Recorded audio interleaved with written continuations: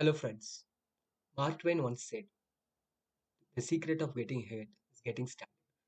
In today's session, we are going to discuss about the importance of match index. Match index function is one of the most powerful function you could come across in Excel. It is basically a combination of both VLOOKUP and HLOOKUP. VLOOKUP, we generally use it for vertical lookup and we use HLOOKUP for horizontal lookup. But can we combine both? Is it possible to combine both? That is what we are going to see today using a match index function. Together, it is the most powerful function. But before understanding how it works together, let's understand separately how a match function works, how index function works. So when you have a textbook, you might have a column called index through which we can able to locate the content, right?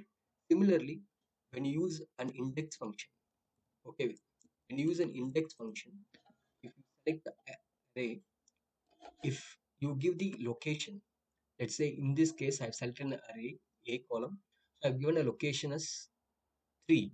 It will give me output a value which is available in the third row, which is 416. You could able to see it here matching with this because I have given the location.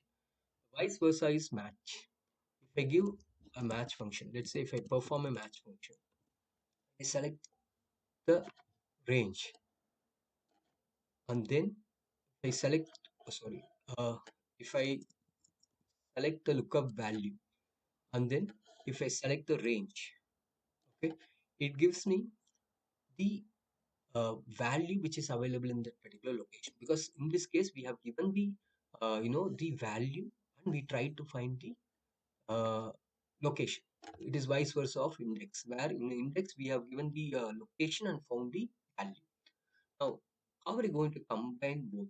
It's very important to understand why we do that, because let's say in this data set we have columns like product, unit price, region and order date, which is missing, which is available in another data set, the master file, right? Now we can, if both are in the same order and there are no duplications, it is easy for us to sort the data or easy for us to copy the data from one sheet to another sheet. Assume that both are not in the same order, as well as there are some duplications in that particular master sheet. In this case, we have to perform a match and index function. Let's see how we are doing it. Equal to, we have to start with index function. Please remember that first. When you're doing a match index function, it's very important that we have to start the function with index. So basically, when I put index formula, okay, and then select this particular range and give 5, 3. So what happens? It takes fifth row from this data set, 1, 2, 3, 4, 5, fifth row, and third column, which is Riesling, right? So it will give this as a result. If I give enter, I'll get Riesling as a result because it has taken fifth row and third column. In this case, we are not going to enter this one manually like 5, 3. Okay, because this, it is a lookup function, so we are not going to give any static value. We are going to have it as a dynamic value. So instead of that, what we are going to do is we are going to select entire range, only the data range. You have to be very clear. You should never select the labels which are on the top, the side ones and the vertical ones and the horizontal ones. So you have to select from the B2, which is you have to select only the data range, comma, then match. You have to select the lookup value in that sheet. What is that you want to look up? From here, I want to look up the order ID, comma.